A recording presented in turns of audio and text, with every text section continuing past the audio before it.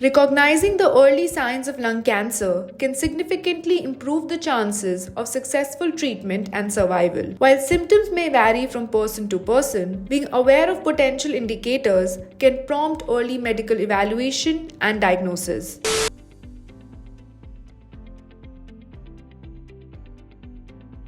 Lung cancer is slowly becoming the most common malignancy all India as well as in the world. So I think it's a good initiative that we're doing, spreading awareness for this. So coming to lung cancer, mainly the signs and symptoms would include coughing associated with hemoptysis. Along with that, the patient can have chest pain, breathlessness, loss of appetite, easy fatigability. So these are some of the symptoms that you might encounter while dealing with a patient of lung cancer. Differentiating between symptoms of lung cancer and those of other respiratory issues or illnesses can be challenging because many symptoms overlap. However, there are some key differences in the pattern, severity, and persistence of symptoms that may help differentiate lung cancer from other respiratory conditions.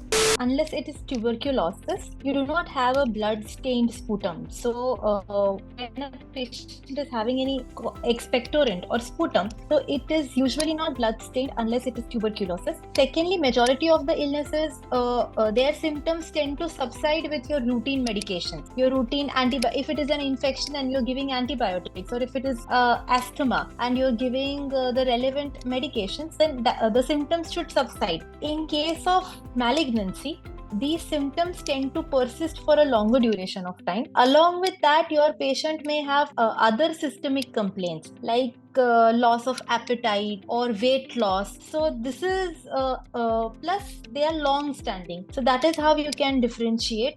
Secondly, most of our lung cancer patients have history of tobacco intake in one or other ways. Either it is smoking or chewing, but there is some history of tobacco when it comes to lung cancer.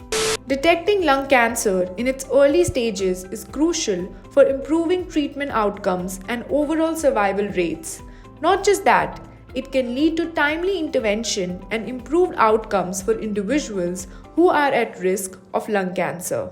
So in early stages, a low-dose CT scan is quite sensitive imaging modality, and it is said that the exposure of this CT scan is not so much that it can increase the risk significantly.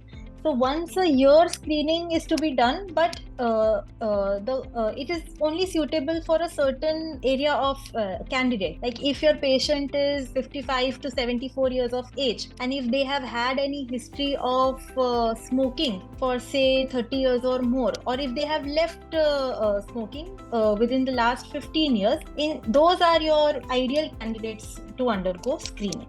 Early detection can significantly improve outcomes. So, if you experience any of these symptoms or have concerns about lung health, it's essential to consult with a healthcare professional promptly.